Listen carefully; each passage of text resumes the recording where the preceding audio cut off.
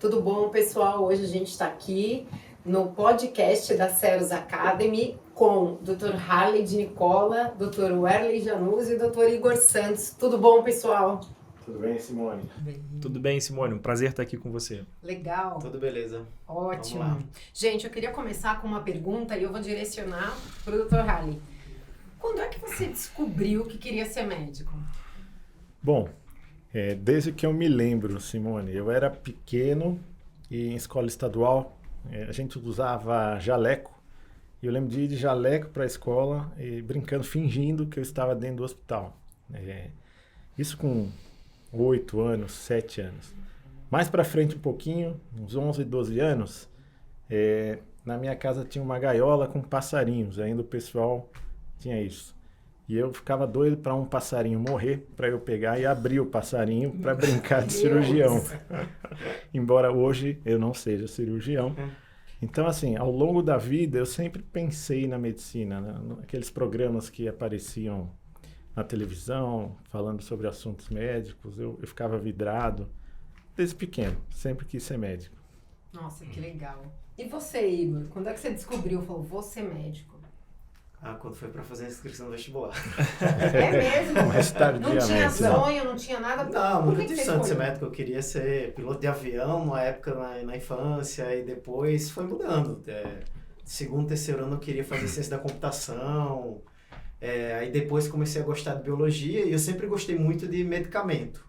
E eu pegava todo o medicamento que a minha mãe comprava, eu lia a bula inteira. Desde pequeno, sei lá, Benegripe.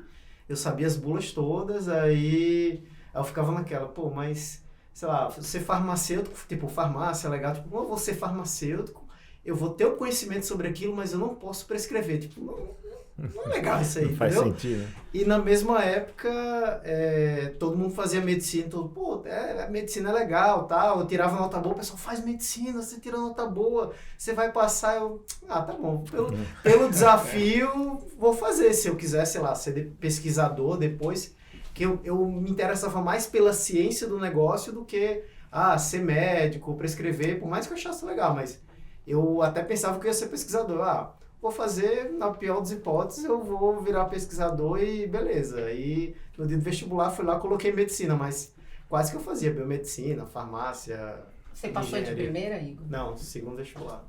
Legal. Mas invejável, viu? Porque acho que tanta gente tem esse sonho e batalha tanto, estuda tanto, tão difícil e você... Eu tenho amigos que ficaram 6 anos, 7 anos. vários, Tem, né? até hoje tem.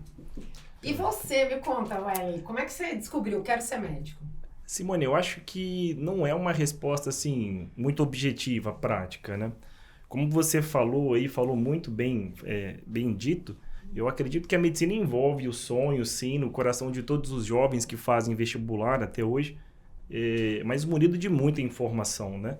Tem aqueles que se inspiraram nos seriados de televisão, né? Tipo House, Grey's Anatomy, assim por diante. Tem pessoas que, a princípio, tem médicos na família, né? Mas, sem sobra de dúvida, um dos motivos que me levaram à busca pela medicina é por ser uma profissão ainda muito respeitosa, com prestígio social, sem sobra de dúvida, no caráter humano, né? Mas, assim, foi aquela coisa que foi uma decisão no meio de várias outras decisões. Não foi uma decisão fácil, né? Mas, sem sobra de dúvida, é muito difícil direcionar o motivo, né? Mas eu sou muito feliz hoje em ser médico. Quando você demorou para começar, para conseguir entrar na medicina, não? No vestibular, foi o terceiro vestibular, né? Legal. Porque não era fácil, acho que hoje estávamos conversando antes, né? A princípio, acho que deve estar até muito mais difícil nos dias de hoje, né? Não revelando a idade, mas só da década de 80, no início da década de 80. Então, assim, o que eu acredito é que, a princípio, é uma faculdade muito, né, desejada, né? Então, assim, tenho aí uma grande dificuldade na seleção. Qual que foi a fase mais difícil nos seus estudos, Welly? Quando você olha... Realmente, sim, falando sinceramente, Realmente. eu acho que hoje. Aquela teoria da ilha do conhecimento, né? Que, a princípio, assim, o que você sabe é uma ilha pequenininha. E, assim, a princípio, as suas dúvidas é como se fosse a borda da ilha. Então, quanto maior a borda, maior a circunferência, aumenta suas dúvidas. Assim, hoje eu tenho muito mais dúvida do que quando eu fazia uma prova de anatomia, né, Rani? Igor, e assim, a gente decorava uma série de nomenclaturas e lá respondia na prova. Hoje você estuda mais por interesse, para saber, para entender essa curiosidade, ou pela atualização que, não, eu preciso ter, não tem como. Como é que é isso hoje para você, Léo? Assim, falando com sinceridade. Sim. As duas coisas. Perfeito. Você tem que ter, assim, você tem um objetivo de atualizar, até mesmo por temas que você não conhece, os pacientes trazem isso para você. Não necessariamente ter uma especialidade médica. O paciente vai te procurar por uma questão específica da especialidade, mas hoje o que mais me guia, e eu acho que a maioria dos médicos, a princípio, são as dúvidas da prática clínica. São as situações que você coloca para dar uma resposta, para dar um tratamento, que você precisa, a princípio, se aperfeiçoar naquilo. E a medicina está galopante, né, Simone? Assim, não é? Antigamente era periódicos anuais, né? A própria New England, né, liberava um periódico anual de grandes atualizações. Hoje são artigos diários, né, sobre os mesmos temas a princípio e sempre aprofundando. Na Covid mesmo, todo dia mudava. Todo mês a gente tinha uma visão completamente diferente da Covid. Sim. Em relação ao mês anterior, né? O que é desafiador para a medicina, né? Porque o médico não para de estudar, não tem como parar de estudar. O bom médico não. Não, eu falaria isso para qualquer profissão, qualquer pessoa. Se não existe mais, terminei meus estudos. Não existe essa palavra, terminei estudos. Estudar hoje é para sempre. Você sempre vai ter que estar estudando, se você quiser de fato ser um bom profissional em qualquer área que você atue. Como médico, você ainda tem um dever ético maior ainda, né? Porque se você não tiver atualizado, algumas pessoas vão sofrer consequências com a vida, né? Então, tem um peso diferente. Exatamente. Você está lidando com a vida, né? Com a vida alheia. Você tem que estar bem preparado, né? Sim. Você que entrou com um sonho, né? Quem teve o maior sonho aqui da medicina foi você, né, Rally? Como é que você... Conforme você foi estudando, como é que você foi tendo contato com isso e percebendo a medicina? Falando, nossa, olha só, agora parece isso aqui, aquilo que eu pensava, que eu sonhava. Como é que foi isso? Bom, dentro da faculdade, você tem os anos básicos que são um pouco chatos. Tirando a anatomia, que você é um pouco diferente, você faz dissecção no cadáver, então você se sente um pouco mais médico. Fora isso, são matérias básicas. Então, a partir do terceiro ano que você começa a ir para o hospital, para fazer anamnese no paciente, aí você começa a se sentir mais médico, né? Disciplina de semiologia, né? Isso, exatamente. Você vai aprendendo a conversar com o paciente, embora acho que o ensino não seja o ideal. Daí para frente, quinto e sexto ano, então, é o internato. Você é um mini médico, vamos falar assim. Então, você só fica no hospital, passa por estágios da cirurgia, da clínica médica, da ginecologia obstetrícia. Então aí a gente já se sente médico mesmo. No sexto ano, então, você se acha Deus, né? Quando você entra na residência, você já começa a falar, pô, eu não sou tão Deus assim. E o tempo vai passando, você vai percebendo que sabe menos. Daí vem o estudo, acho que o Igor comentou, onde você percebe que você precisa saber mais, que você não sabe o quanto imaginava. É a fase mais difícil, quando você começa a perceber que você sabe muito pouco, é a fase mais difícil do estudo? Você concorda com isso? Que você começa a ver cada vez mais... Para mim foi um pouco, sim. Exatamente por isso que eu falei. Poxa, eu não sou muito bom, eu não sei muito, mas tem um paciente ali na minha frente. Eu não posso errar, porque você está mexendo com a vida alheia. Isso pode causar alguns danos consideráveis. Então essa fase foi pior para mim. É como se eu tivesse que estudar, não é forçado, mas assim, por um motivo real. Eu não posso comer bola. Não para fazer uma prova, né, Rally? Não era para fazer uma prova, isso. Quando você faz a prova, você fica estressado, mas é assim, é uma prova.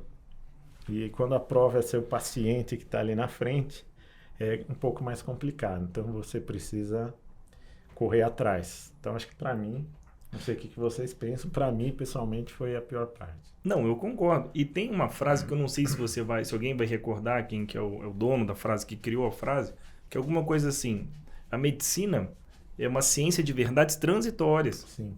Então, assim, o que a gente estuda 5 anos atrás já não é mais aplicado, não só da parte terapêutica, né, Harley? Você trabalha muito com a parte diagnóstica, então vai mudando os protocolos, as diretrizes. Então, isso é muito complexo, não tem como parar de estudar. Então, esse que é o ponto mais importante, é o ponto de inflexão. Então, assim, não é eu estudei e eu sei, você sabe a verdade para aquele momento. Você sabe as respostas daquele momento. A gente já trabalhou, assim, a gente não, né, mas a medicina como um todo já tratou hipertensão arterial com sangria, né? Captopril já foi a única medicação, a princípio, dos IECAs, né, pelos grandes laboratórios. Então, assim, hoje, quando você vai falar sobre hipertensão arterial sistêmica, a gente está falando de polipílula, combinações, as medicações que mudam mortalidade, né, que interferem na hospitalização. Então, assim, é uma ciência com verdades transitórias, porque é uma coisa que ela muda a todo momento. Um exemplo clássico... na Idade Média, o pessoal, os médicos, eles cutucavam as feridas com pérfuro cortantes, porque normalmente a ferida criava pus, infectava, não tinha antibiótico. Então, assim, quando não infectava, alguma coisa estava errada. Aí eles cutucavam até infectar. Imagina isso. E acho que uma coisa que acontece muito com a gente depois que termina, pelo menos foi uma sensação minha. Você passa... O médico que faz residência, mais especialidade fora o vestibular, são ali no mínimo 10 anos estudando todo dia e vivendo para estudar. Sim. Então, acaba que quando você termina a faculdade, que você está estudando para residência, você termina a residência e fala, puta, eu tenho todo o conhecimento do mundo. E o conhecimento está fresco ali, você acabou de estudar tudo. Na hora que você vai para a prática, você passa 1 ou 2 anos, você não consegue jamais estudar o mesmo volume que você estudava na residência ou na formação. Claro. E por mais que você tenha adquirido uma base e, óbvio, a experiência clínica tem toda a diferença, é muito difícil você voltar àquela sensação. Eu imagino que, sei lá, daqui a algum tempo, eu gostaria de fazer isso, inclusive, que existisse isso, sei lá, a cada X anos, a pessoa tem 1 ano que ela pode parar para estudar. Para estudar, e só estudar, não fazer outra coisa. Porque é isso, senão você passa o resto da sua vida na correria e estudar sempre vai ser aquele espaço de tempo e aquele negócio. É o que sobra, né? O que sobra do dia. E, quando vem filho, então... e ainda vai concorrer com a sua vida, né? Tipo, seja com filho, seja com o próprio trabalho, entendeu? Claro. Então, eu acho que a gente ainda vai ter algumas revisões sobre esse processo de estudo durante a vida, né? Mas as madrugadas continuam aí. Ou se continua. Pois é. Tem uma coisa que o Harley falou, que é o seguinte, puxa, depois de alguns anos lá que você está estudando, você vai lidar com o paciente. E você não aprende exatamente a lidar com o paciente. Como é que vocês aprenderam a lidar com o paciente? Como é que foi? Foi vendo? Foi custoso? O que a faculdade não ensina? Que vocês olham e falam, puxa, eu precisaria ter aprendido isso. Tem algumas coisas que vocês No meu caso especificamente, eu senti maior dificuldade, e eu acho que a faculdade não ensina, pelo menos a faculdade que eu fiz, você lidar com a morte. Eu acho que isso falta um pouquinho de preparo psicológico, né? Ninguém ensina na faculdade você chegar para uma pessoa e falar que o ente querido morreu. Então, olha, seu pai, sua mãe entrou agora no pronto-socorro e não resistiu. Então, isso a gente, no meu caso, eu fui aprendendo com a vida, né? Com a vida médica. Então, eu acho que essa questão psicológica poderia ser um pouco mais explorada na faculdade. E eu imagino que é muito custoso, né? Porque você já está lá na pressão daquela vida, né, de ter que salvar, de ter que trabalhar, de estar lutando. E aí, quando não dá certo, é você que tava naquela, né, adrenalina toda, vivendo aquela pressão, que para e fala, não, agora eu tenho que ir lá contar para a família. Eu digo esse preparo psicológico, se você for estudar quantidade de suicídio entre médicos e a população em geral, sim. se não me engano, 3,5 vezes superior entre os médicos. Uau. Então, por isso que eu digo que é algo que a faculdade poderia preparar um pouco melhor. Eu não sei a faculdade de vocês. Eu não. senti essa... A minha faculdade, na época, o coordenador ele era bem para frente, assim, ele de fato trouxe muita coisa inovadora para o currículo. Ele fundou um grupo que eu fiz parte, que é o PET, né, que era um grupo que você fazia ensino, pesquisa e extensão. Então a gente acabava desenvolvendo muita questão, a gente fazia simulação de justamente comunicação de más notícias, coisas nesse sentido. Felizmente eu consegui trabalhar muito na formação. Mas eu acho que o mais importante que eu sinto que, pelo menos do que eu conheço, provavelmente já deve ter alguma faculdade que faz isso, mas que hoje para mim é algo óbvio e na época não era, mas que se você for pegar uma escola de psicologia ou até um curso de psicanálise, que você não precisa fazer psicologia para fazer psicanálise, a primeira coisa é você tem que fazer a sua própria análise, a sua própria terapia para você cuidar dos outros. Medicina, você lida com o mental e o corporal das pessoas e em nenhum momento é trabalhado o mental e o corporal do médico na faculdade inteira. Então, quem não se conhece não consegue fazer o melhor para o outro. E o curso de medicina, ele tem um caráter relativamente... Eu vou falar essa palavra, mas talvez tenha uma palavra melhor. Mas é um cara bitolante mesmo. A pessoa, você pega um jovem ali, 16 a 18 anos, ou no máximo, sei lá, 22 anos, que entra na faculdade. A primeira faculdade dele... É um curso que tem uma visão de que na hora que você passa, você já ganha um status diferente das outras pessoas. Você passa o tempo todo cuidando da vida de outras pessoas, numa época que você ainda está formando a sua própria vida, a sua visão sobre a vida, e você se forma para isso. E a faculdade é tão pesada que você não consegue ter vida para outras coisas. Então, eu vejo muita gente que entra nessa questão, residência e depois começa a trabalhar, mas que a pessoa está ali com 30 e poucos anos e nunca conseguiu nem sequer amadurecer como pessoa, você pega ali, então é um cara adolescente, porque ele não teve tempo. Claro. E ele nunca se trabalhou isso aí. Então, para mim, se eu fosse colocar hoje um dos maiores, digamos, vazios que eu vejo na formação é esse. E não é à toa que, principalmente na sociedade que a gente está de tiktokização das profissões, que a gente vê o que a gente vê hoje, né? Você pega um profissional que teve todo esse contexto e chega imaturo no ambiente profissional que a gente vê hoje para qualquer profissão, aí a gente começa a ver os excessos que a gente consegue ver hoje, né? Você falou um pouquinho assim, né, de isso que precisaria ser fundamental. O médico também, ele estuda tanto, é tão focado, né?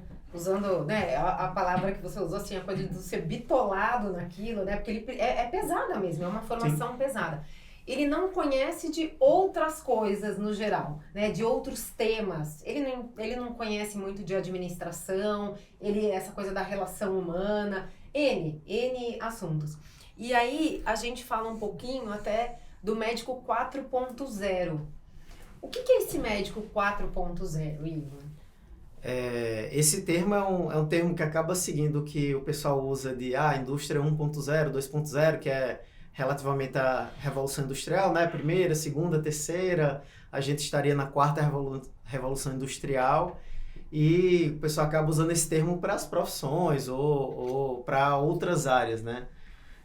Mas, pegando de maneira geral, que a gente discutiria, assim, como o médico 4.0, que, enfim, a gente pode chamar, sei lá, do médico contemporâneo dos anos 20 agora, né?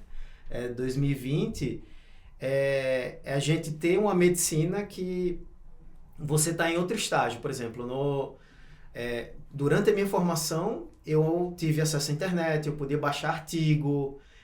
Eu sei que antes de mim, não sei se foi o caso do Harley, de ter que pegar um artigo na biblioteca. Eu sou formado na Faculdade de Santos. Para pegar um artigo, eu tinha que vir para São Paulo, até a BIREME, que é a Biblioteca da Escola Paulista de Medicina. Você pedia o artigo e demorava umas 3 horas para descer o artigo. Então, eu não sou tão velho assim, tá, Não. gente? Mas é que a medicina evoluiu muito. Rapidamente, Não, e né? a tecnologia e tudo foi ajudando a evoluir junto. Não, exato, sendo que ao mesmo tempo a gente chega numa época que a gente tem overdose de informação. Quando você tem menos informação, você consegue, digamos, formatar a formação de uma maneira mais uniforme. Hoje, com a quantidade de informação que você tem, se você não tiver uma formação para lidar com a informação, Filtro. um filtro, Sim. você fica completamente perdido. E ao mesmo tempo a gente tem um mercado muito mais competitivo, a gente vive na época das Big Techs e tudo mais, então os problemas que a gente tem hoje na medicina e na saúde são completamente diferentes. Então, você tem muito mais a gente entrou ainda falando das Big Techs, a gente entrou no momento que os mercados em todas as áreas estão cheios de tecnologia, finanças, que foi um dos primeiros, mercado de indústria e por aí vai, varejo, hoje é tudo baseado em tecnologia. Saúde é o último dos santos graais que ainda está disponível. Então, nesses últimos, digamos, 5, 10 anos, começou a se exigir realmente a presença de um profissional que seja uma mistura de médico com tecnologia ou de médico com advocacia, médico com educação. Então, a gente começa a ver médicos em papéis que eu não imaginava quando eu me formei, né? Não existia, né? Não existia. Então, assim, o Igor está falando que ele já baixava pelo computador artigos. E eu admiro o Igor, porque inteligência artificial na medicina, para mim, era uma coisa impensável. Primeira vez que eu sentei na frente de um computador, eu já era formado, eu tinha 25 anos. E você vê um profissional como o Igor, por exemplo, que traz a tecnologia para dentro da medicina, para mim é impensável, que sou mais velho, é uma coisa fantástica, né? Uma coisa fantástica. Harry, você comentou assim, na sua época, que claro não é uma época tão distante, na época da faculdade, né? Os artigos eram impressos e hoje os periódicos são todos online. Sim. Eu, quando fiz faculdade, eu assinava a revista chegava na minha casa com os artigos para estudar, para ler. Hoje é muito mais fácil, né? Hoje, assim, você, pelo celular, você tem uma dezena de inscrições. Existem inscrições, inclusive, que são inscrições gratuitas, né? Sim. De sites que são, né, de confiança, né, de periódicos de confiança ou assinaturas. Então, eu acho que, assim, não que não se produzia muito conhecimento antes, não é esse o ponto também, né? A gente tem que respeitar, né, todo mundo daquela geração, entre aspas, geração anterior, né? Que não é esse o ponto. Mas o acesso ao conhecimento hoje modificou muito o status da educação continuada para a medicina. Eu acho que essa que é a grande questão. Não é que se não se produzia, a gente sempre ia muito na área de interesse. Hoje você abre seu e-mail, você recebeu 20 periódicos de notificações, de atualização. Você tem que selecionar, inclusive, a princípio, o que você vai ler, né? Esse filtro que você falou, eu acho que esse equilíbrio do que vai se estudar, do que você vai ler, eu acho que é o mais importante. A gente tem na Ceros Academy a ideia de produzir o curso Médico 4.0. Conta pra gente um pouquinho desse curso Médico 4.0, Igor. Assim, o que a gente imagina com o curso Médico 4.0 é justamente você ampliar as possibilidades para esse profissional que está se formando agora, ou esse profissional que começou a atuar na medicina, mas ele vê um mundo de possibilidades e muitas vezes ele não sabe como chegar naquela possibilidade, naquelas outras maneiras de você exercer o seu conhecimento médico, mas que não necessariamente é com o paciente, é prescrevendo uma medicação, é fazendo um exame. Existem N outras possibilidades. A gente vê hoje cada vez mais, né? Por exemplo, médicos que programam, médicos que são gestores, médicos que, por exemplo, trabalham em indústria farmacêutica e... a gente não vê muito esse espaço para discutir esse tipo de coisa, a não ser que você tenha um interesse ali. Muitas vezes a pessoa já entra no curso de medicina com um interesse específico e acaba indo para aquela área, né? E se você abre os caminhos e você consegue mostrar essas opções e você acaba dando uma caixa de ferramentas para o médico, né? De diversas skills. Ele tem aquela caixa de ferramentas dele que, a depender de como ele combina a caixa de ferramenta dele com o conhecimento médico dele, ele pode exercer 10, 15, 20 profissões diferentes. Complementando o que você está falando, acho que foi durante a pandemia, fizeram uma pesquisa na Faculdade de Medicina da USP, na Pinheiros. 23% dos formandos pretendiam não exercer a medicina. Isso era impensável antes. Né? Impensável um tempo atrás. Por que vocês acham que isso está acontecendo? Tem o fator mercado, obviamente. O Brasil é o país que mais forma médicos no mundo inteiro. Então, você pensar que você forma mais médico que a China e pensar complicado. Que vem toda a qualidade de profissional, né? E as vagas de residência não aumentam, né? Aumentou muito o número de faculdades de medicina, mas o número de vagas em residência... É uma constante na equação. E isso exerce outros efeitos, né? Quando você tem muita disponibilidade profissional, os salários começam a ficar mais achatados, as possibilidades de crescimento começam a ficar também mais escassas. Então, tem muito aquela questão, eu já ouvi algumas vezes na faculdade, ou quando você vai para qualquer coisa relativa a startup relacionada à saúde, a primeira coisa que a pessoa faz o curso de medicina mata os empreendedores, né? Porque se você tem uma profissão que você se forma e você já tem um valor relativamente bom garantido, você não vai querer se arriscar. Sim. Você não vai, em nenhuma hipótese. É natural do ser humano. Então, querendo ou não, a escassez produz a inovação, né? O apetite a risco. Então é isso, a pessoa termina, ela vê que, do jeito que tá, eu prefiro me arriscar e, digamos, ter uma vida ainda melhor do que simplesmente seguir o caminho que todo mundo seguiu. E as pessoas ficam abertas a isso, né? Hoje tem muito menos glamour ser médico? Nossa, eu não sou a pessoa certa para responder isso. Mas fala o que você pensa. Eu não sei porque eu nunca busquei isso. Então, não é algo que eu não me ligo nisso. Pelo contrário, eu procuro justamente o contrário. Eu nunca gostei desse negócio, porque a pessoa é médica, diferentão da sociedade. Eu sempre procurei me afastar disso aí. Então, eu não sou a pessoa certa para responder isso. Eu perguntaria para quem está prestando vestibular, ou que acabou de se formar. Mas tem muito isso, né? A profissão já teve até mais glamour do que hoje. É um pouco né? transitório. Eu, na minha opinião, acho que tem menos glamour do que tinha antes. Por que eu digo que é transitório? Se você lembrar, há pouco tempo na pandemia, houve um dia que todo mundo saiu na janela para aplaudir os médicos. Sim. Então, eu acho que isso... Perfeito. A garotada que estava naquela dúvida, faço o que no vestibular e tal, eu acho que aquilo enche um pouco o ego e fala, vou prestar medicina achando que aquilo é um glamour. Poxa, a população nunca saiu da janela para aplaudir os engenheiros, os dentistas. Então isso dá uma falsa impressão de glamour, né? Porque a realidade é diferente. Sim. Então eu acho que tem menos glamour do que havia antes, sem dúvida. E você banaliza um pouco, né? Com o número de faculdades de medicina criadas nos últimos anos, você banaliza um pouco a profissão.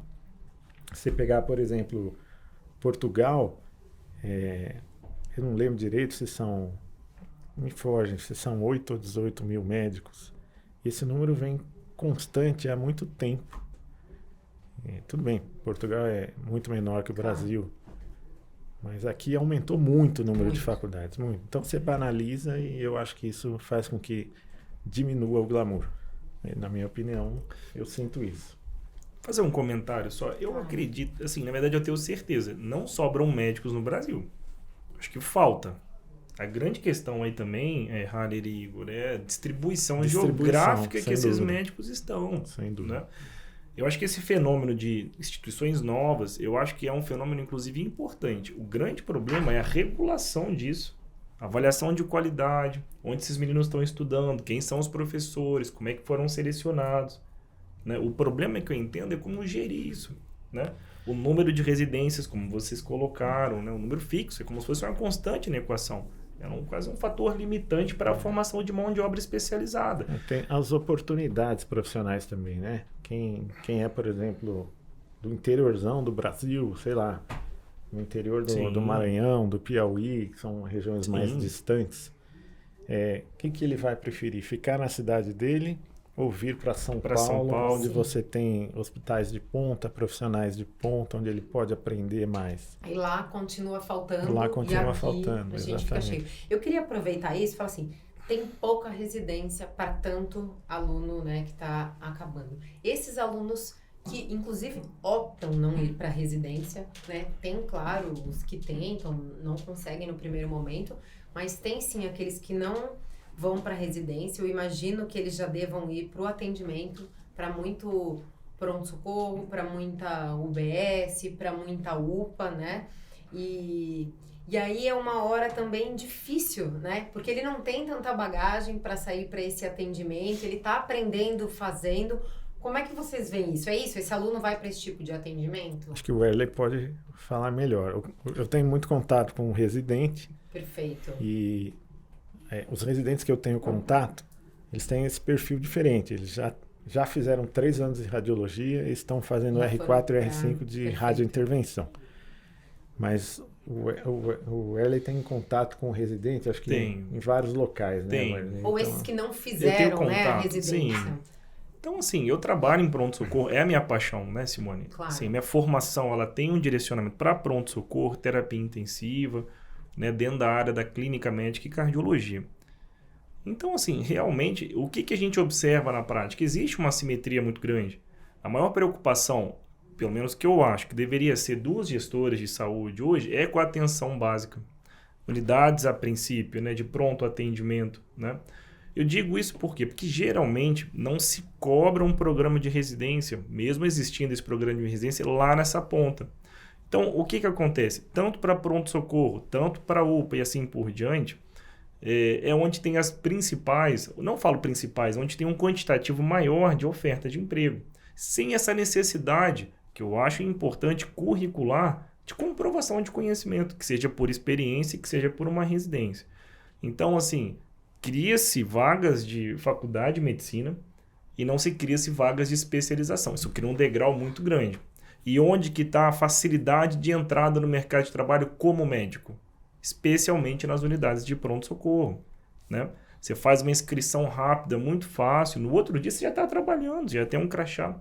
E o que a gente sabe que o movimento das faculdades, que foi um movimento em todas, né, Rally, inclusive nas públicas, foi enxugar a parte prática e privilegiar a parte teórica.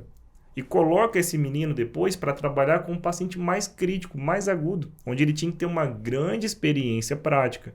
Não tira o prestígio do conteúdo teórico, não é verdade? Tem alguns aforismas médicos que eu gosto muito. E tem um grande estudioso, médico, claro, que já faleceu, ele é considerado o pai da medicina moderna. Ele chama William Osler, né? E tem alguma coisa mais ou menos assim que ele comenta, que é o seguinte, assim, quando você estuda medicina só com pacientes, sem livros, é como se você navegasse por águas escuras. Mas se você estudar só com livros, sem pacientes, é como se você nem navegasse, você nem foi ao mar. Então, o que acontece? O aluno matéria, teoria, tem os currículos básicos hoje, que, como você disse, contemplam a princípio essa questão da morte, da psicologia da morte, mas chega na hora ele tem que dar notícia. Chega na hora ele tem que atender o infarto. Ele ficou o tempo inteiro, né, na matéria, no livro. Então, isso é muito complicado. O programa de residência, ele tem essa chancela. Ele já é médico, ele está fazendo, né, a princípio, assistência, com o próprio carimbo, com o CRM, mas com a chancela, a princípio, tem uma supervisão, né? São os tutores, as pessoas que acompanham, os preceptores. E isso dá um prestígio, sem sombra de dúvida, para o hospital, sem sombra de dúvida, os hospitais de residência no Brasil são os mais qualificados para atender a população como um todo e dá segurança que o doente precisa. Então, na verdade, a sua pergunta, eu até interpreto diferente, virando a pergunta do avesso. Será que a segurança, né, da assistência do doente, em prudência, em perícia, isso está seguro mesmo no Brasil? Acho que essa é a pergunta. A gente está falando de São Paulo, nem está falando do resto, né? Como é que vai? Tem gente que discute, vamos fazer um exame de ordem, igual da parte jurídica, né? Para os alunos de medicina, mas vai ser mais uma prova só na vida dele. Já faz 30 mil provas, vamos fazer mais uma prova. Aí vai se preparar para aquela prova e vai fazer a prova. Como hoje tem cursinho para residência. Sim, também sem era sombra de impensável dúvida. antigamente. Hoje, o cara faz curso. Sim. E esse para mim é um medo, porque o internato, onde eu aprendi muito, é deixado de lado. Então, durante o 5º, 6º ano, o aluno prefere se preparar para a prova para o cursinho da residência do que aprender no internato. Sim. Então, eu acho que inverteu muito. Diga aí. Eu acho que tem muito disso da pressão. O sistema ele tem que ser construído para exercer a pressão adequada. Se você coloca para o estudante de medicina que ele só vai ser bem sucedido se ele passar na residência, ele não vai estar preocupado com o internato dele. Ele vai estar preocupado com a residência porque é ali que vai garantir o futuro dele.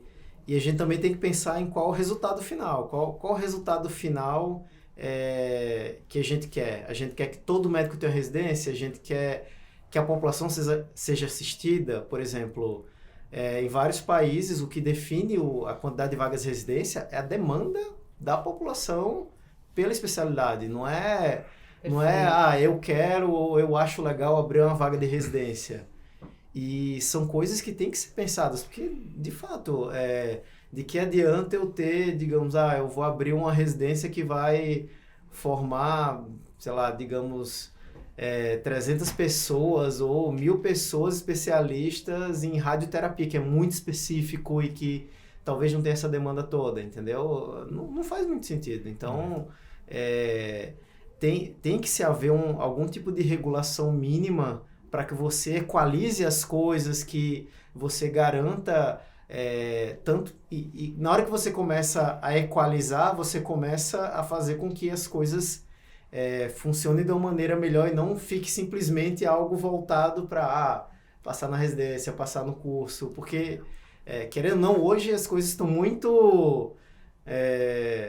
a palavra também, as coisas estão tão bitoladas, só existe... Mesmo existindo muitas outras opções, ainda os caminhos, eles estão muito definidos. Harley, como é que você vê esse monte de faculdade que tem? São distintas, claro, são ensinos distintos, alguns com hospitais, escolas, outros não. Não tem como ser tudo igual, né? Como é que você vê? E o aluno, como é que fica nisso? Quais são as vantagens e prejuízos que acontecem nessa diferenciação toda? Bom, eu acho que o fato de não ser todas iguais, isso é antigo, né? Isso sempre existiu. O que eu vejo nessas faculdades novas, pelo número excessivo, eu fico me perguntando se existem profissionais gabaritados para dar aula para os alunos. Então, eu acho que isso é uma coisa muito ruim para o aluno. Normalmente você aprende com um mestre, né? Você fala, aquele cara é bom, que ele trabalha num hospital bem conceituado e tal. E isso talvez não aconteça em todas as faculdades, porque o número é impossível. Muitas das vezes, né, Harley, o aluno é até vítima dessa circunstância, não é verdade? Sim. Que a princípio, assim, vai fazer faculdade de medicina. Era para ser uma coisa homogênea, Sim. Né? E não, assim, ter uma faculdade melhor do que outra. É muito difícil com um assunto tão delicado, tão sensível, a gente não ter como se fosse uma base, um sarrafo. Todas tinham que começar daquele ponto em diante. Então, assim, eu entendo, inclusive, o aluno nessa perspectiva como uma vítima de uma circunstância que a gente já pintou aí nessa nossa conversa, né? Então, assim, o sonho dele é fazer medicina, independente do que motivou ele a fazer medicina. E, a princípio, ele presta vestibular, né? Ele entra na faculdade de uma forma indiferente, sendo pública ou não, estadual ou não, privada. A princípio, assim, é questão da expectativa e realidade. Eu acredito que o próprio aluno tem uma expectativa diferente do que ele encontra nesse momento de formação, de como ele é preparado para chegar no mercado de trabalho. Concordo com você.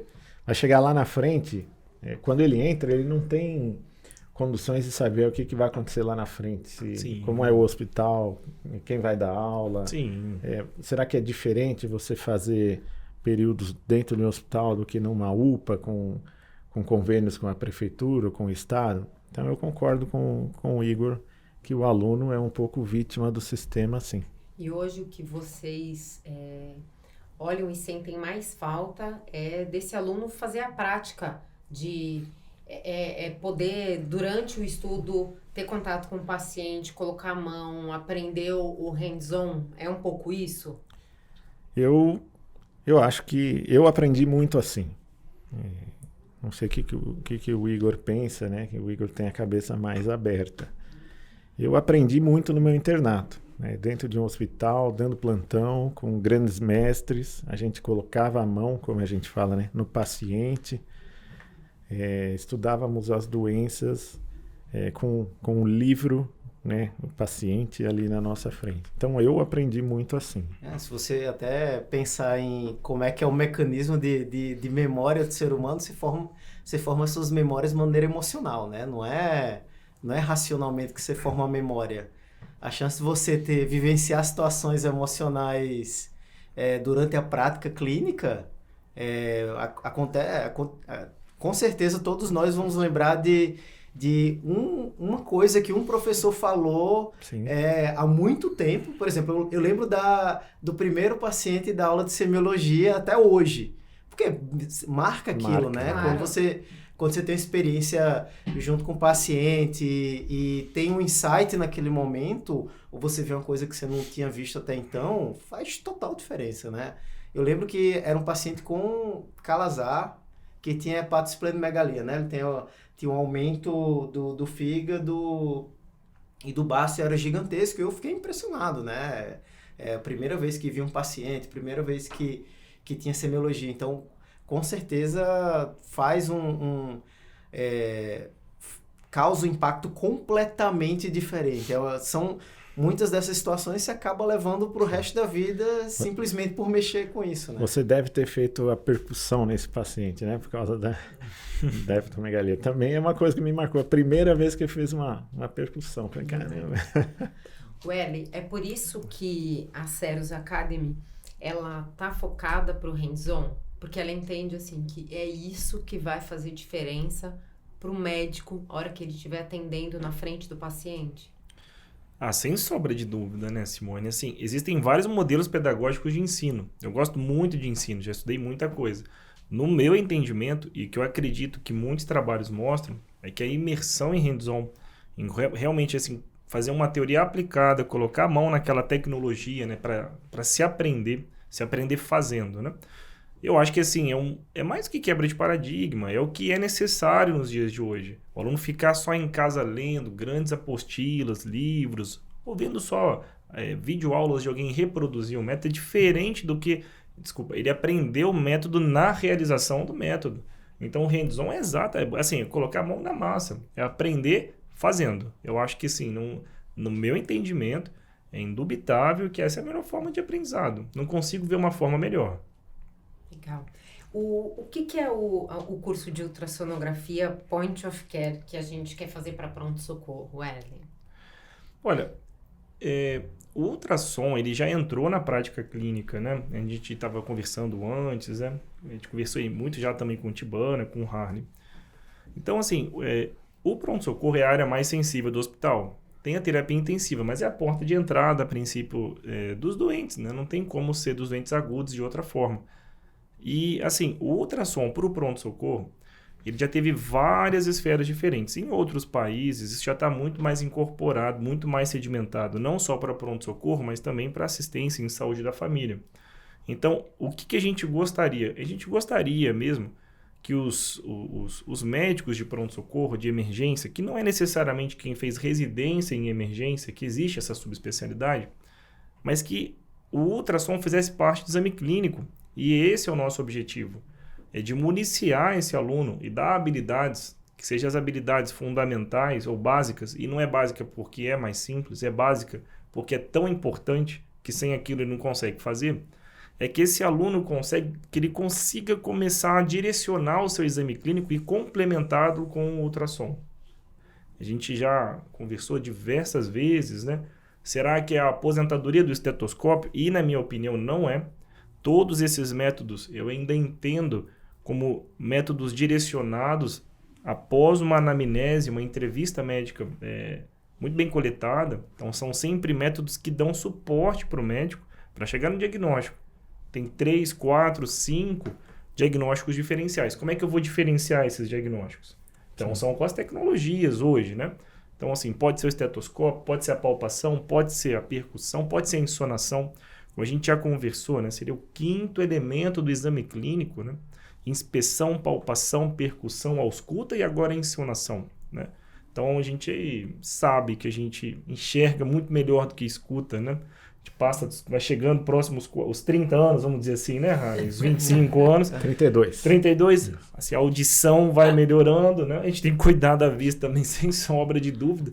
Mas quando você faz um exame de imagem, você está vendo ali o resultado. Então, são exames complementares. Mas, assim, o nosso desejo é que o aluno, assim, ele desenvolva as habilidades básicas de ultrassonografia no pronto-socorro para guiar o seu diagnóstico diferencial.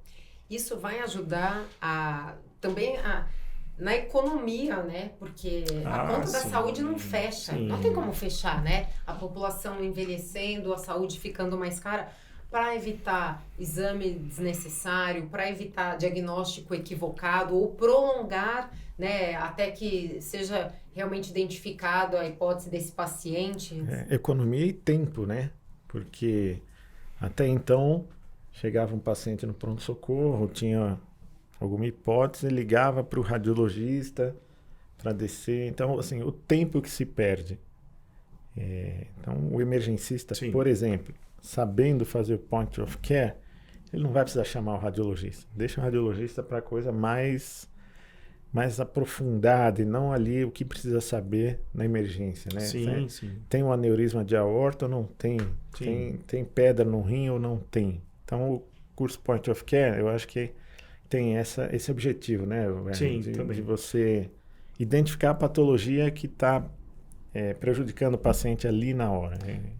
O ultrassom na mão do médico clínico, né, não um subespecialista, nem ecocardiografia e nem o radiologista, que são, sem sobra de dúvidas, são ciências muito complexas que precisam de uma formação específica, que geralmente dura mais longa, sem sobra de dúvida. Ele não envolve laudo, né?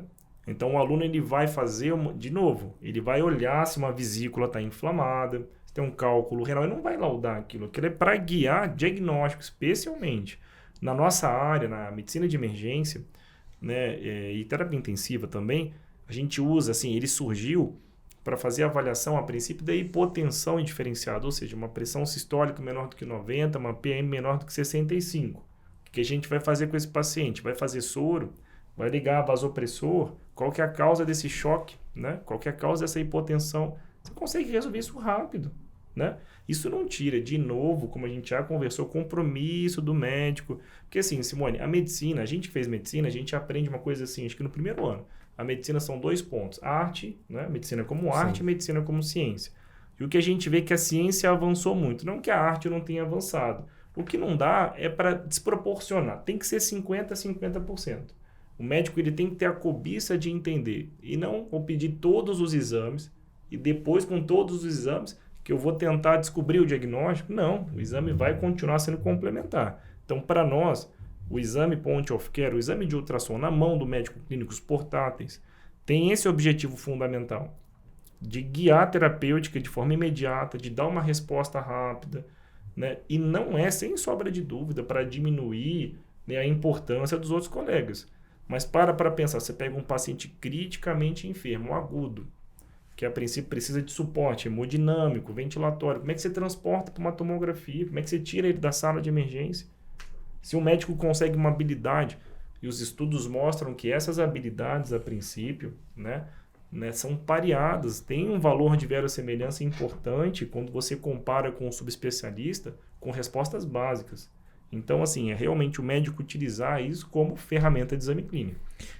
Qual que é o objetivo da medicina? É cuidar do paciente. O point of care, quem é o maior beneficiário? É o paciente. Então não tem discussão. Sim. Igor, os avanços da inteligência artificial na medicina, eles causam vários questionamentos, várias dúvidas, né? As pessoas falam, como é que vai ser isso? O que vai ajudar? Você entende que, assim, ele vai, na verdade, exigir mais ainda desse médico? Ele não vai tomar o lugar desse médico? Ele vai exigir outro tipo de conhecimento? Como é que você vê a inteligência artificial na medicina, na saúde? Então, para mim é bem simples. Se, por exemplo, se você tem uma profissão que ela é substituível com inteligência artificial, o problema está na profissão, não está com inteligência artificial. Se você está fazendo um trabalho que é substituível com essa tecnologia, significa que você está fazendo um trabalho robótico. Um trabalho de repetição. Então, o que a inteligência artificial se propõe a resolver é justamente isso, tarefas repetitivas e robóticas, isso se aplica a qualquer profissão, inclusive a medicina, para que a pessoa, de fato, ela se preocupe em resolver os problemas humanos, os problemas que precisam mais de arte, digamos, um raciocínio complexo, do que simplesmente você fazer tarefas, por mais sejam cognitivas, são tarefas simples de você definir se é uma coisa ou outra. Então, eu vejo da seguinte maneira, a gente já teve vários avanços tecnológicos parecidos com esse. Um muito simples. Hoje você vai fazer um exame de sangue no laboratório. Quem é que conta? É um médico ou é um contador de hemácias? É um contador de hemácias. Contador de hemácias, Ninguém na época ficou, ai meu Deus, o mundo vai acabar porque inventaram o contador de hemácia. Pelo contrário, todo mundo está feliz. Ninguém vai precisar ficar fazendo esse trabalho repetitivo de olhar no microscópio e ficar contando hemácia por hemácia, né? Eu vejo da mesma maneira para a medicina. Isso vai acontecer para imagem, isso vai acontecer para som. Então, tudo vai chegar muito mais pronto para o médico, para ele fazer um raciocínio clínico, ao invés de ele ter que colher, às vezes, coisas básicas e repetitivas que ele já teria que colher de alguma maneira, entendeu? Sim. Então, eu só vejo de maneira positiva. Óbvio que existe uma preocupação de mercado, preocupação de futuro, mas essa é uma outra questão, que aí, de fato, o governo e as empresas, de fato, têm que se preocupar em como adaptar esse profissional para uma nova realidade. E eu acho que é justamente esse tipo de proposta de você levar novos conteúdos e você levar novas possibilidades para os médicos que faz com que esse profissional consiga se encaixar em um mercado de trabalho do futuro que nenhum de nós sabe como é que vai ser. Eu não faço a mínima ideia de qual vai ser o mercado de trabalho do médico, porque hoje eu já nem imaginava que eu ia trabalhar com o que eu trabalho. Então, o que é que eu vou faz hoje?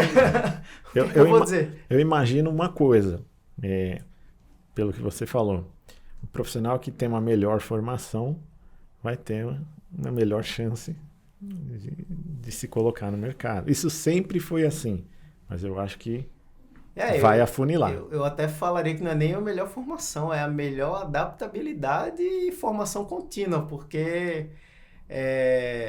ele pode ter se formado no melhor local possível, na melhor escola de medicina. Se ele não mantiver isso aquecido e se ele não for adaptável, isso em algum momento vai se perder, vai ficar para trás. Hoje, o que você trabalha, Igor? Como é que se você exerce a medicina?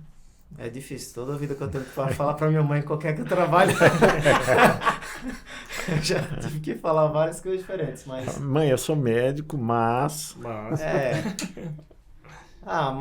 eu sempre falo que eu trabalho na mistura de medicina com tecnologia e eu acabo sendo um conector entre as duas áreas, seja para que finalidade for essa. Às vezes eu tenho que gerir, às vezes eu tenho que vender, às vezes eu tenho que entender da tecnologia, às vezes eu tenho que falar com o médico sobre tecnologia, às vezes eu tenho que falar sobre medicina com alguém técnico. Então,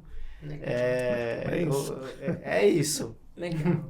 Igor, se você pudesse voltar lá atrás, encontrar o Igor que acabou de se formar, o que você falaria para ele? Paciência. Por que paciência? Porque quando você se forma, você E eu acho que nas gerações... Eu já sou de uma geração imediatista. E eu acho que quem é nativo digital é ainda mais imediatista. E as coisas não acontecem rápido. Apesar de acontecerem muito rápido hoje em dia. Sim. Para quem é imediatista, acontece muito devagar. Então,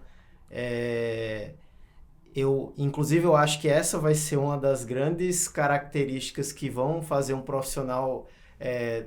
a diferença entre um bom e um mau profissional é justamente o quanto a pessoa consegue ter uma visão de longo prazo, o quanto a pessoa consegue se focar e levar uma coisa até o fim. Porque com a quantidade de distração e opções que você tem hoje, a chance de você desfocar é altíssima, entendeu? Então, Perfeito. Eu diria isso. Legal. E você, Harley, o que você falaria lá pro Harley que acabou de se informar, encontrasse com ele e falasse, e aí, agora? Eu falaria algumas coisas. Primeiro, eu falaria, calma.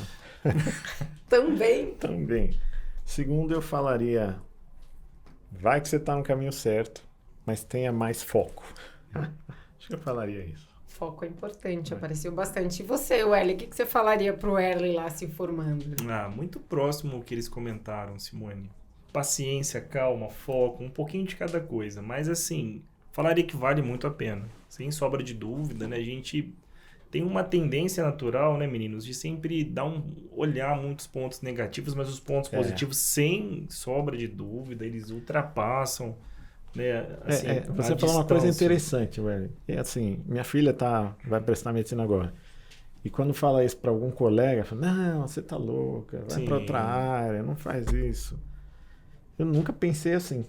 Exato. Eu tenho mais impressões muito mais positivas do que negativas na profissão. Eu sou muito feliz com medicina. Medicina realmente, assim, para mim, foi uma escolha muito mais que correta.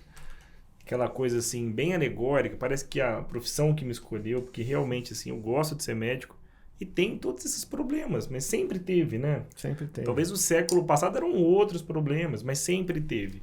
E concordo exatamente o que você falou, Igor, é uma coisa que realmente assim, vai muito ao meu encontro no sentido de interpretação, porque eu sou um médico muito clínico. E apesar da gente ter esse modelo baseado em subespecialidades, é difícil ser só subespecialista no Brasil. As pessoas têm muitas doenças e o paciente chega, você vai fazer o quê? Não vai tentar nada. Não, eu sou cardiologista, só vou escutar o coração. Pulmão não, pulmão você vai para o pneumologista. Eu acho que assim, a inteligência artificial, como tudo, se bem aplicada, vai munir o médico. Vai colocar ele um pouquinho mais dentro de uma caixa de ferramentas. Se ele souber aplicar isso, ele vai conseguir mais tempo para o que ele pode ser melhor. Ele vai modular isso. Então, ouvir uma pessoa, né, a escuta médica, orientar uma pessoa, examinar uma pessoa, se você olhar, é o que traz satisfação para ela. Às vezes você tem um grande médico que te dá o diagnóstico, olhando distante, ele já sabe o que é. Mas o paciente não sai disso. Para ela ou para você? Para os dois. Sem sobra de dúvida, mas o paciente ele sai acolhido. Acho que a tecnologia ela não vai conseguir acolher os pacientes. A tecnologia é para o médico e não para o doente. É para o doente porque é um mecanismo pelo qual. Mas para o médico vai ajudar. Eu entendo que ajuda. Na minha vida, me ajuda. Né? Mesmo eu não sendo a pessoa mais entendida do assunto, né? Em relação à inteligência artificial, eu acho que ajuda, ampara, mas não tira do médico o brilho dele de acolher um doente, entrevistar uma pessoa, pegar aquele produto, virar uma anamnese, examinar, marcar um retorno, cumprimentar com as mãos, não é verdade? A pandemia, assim, graças a Deus, passando, a gente pode voltar a cumprimentar os nossos pacientes, não é verdade? Então, assim, no meu entendimento, eu acho que vai alavancar isso tudo, para quem souber utilizar. Eu vou falar uma coisa que o Erley com certeza vai concordar comigo. Se a inteligência artificial conseguir preencher o prontuário para você, você não precisa mais pegar no computador. Fantástico. Cantar um prontuário, né? Computador, anota aí para mim. Nossa. E ele anotar, meu Deus do céu. Isso é uma coisa que você falou, porque isso é uma... Todos os colegas falam isso, especialmente em ambulatório de hospital público. Claro. Às vezes, e até mesmo em consultórios particulares, em clínicas, eles marcam um paciente para você a cada 10, 15 minutos. É impossível, né, gente? A gente examinar, olhar o doente, conversar, pensar em hipóteses diagnósticas, fazer uma prescrição, despedir dessa pessoa com 10, 15 minutos. mas infelizmente é a realidade. Muitos colegas sofrem. E depois disso tudo ainda tem que registrar em prontuário. Realmente ser médico não é difícil. Perdão, não é fácil, né? Mas dentro dessas dificuldades, eu ainda entendo como uma das profissões mais bonitas. Legal, gente. Alguém quer falar mais alguma coisa? Igor, Welly? Eu não vou perguntar pro Harley, que vai continuar. Não, eu queria agradecer a oportunidade de estar com você aqui. É um privilégio, viu, Simone? Muito obrigado. Obrigado ao Harley, né, e o Igor, Obrigado essas a você. mentes brilhantes aí que trabalham com imagem, né? E foi um prazer estar aqui. Boa. Também só agradecer, conversa muito boa aí. Todo mundo traz um ponto de vista bem diferente, são pessoas diferentes, trabalham com coisas bem diferentes, então A gente sempre aprende, né? É sempre bom ouvir conversas assim. Boa. Obrigada, gente. Obrigado.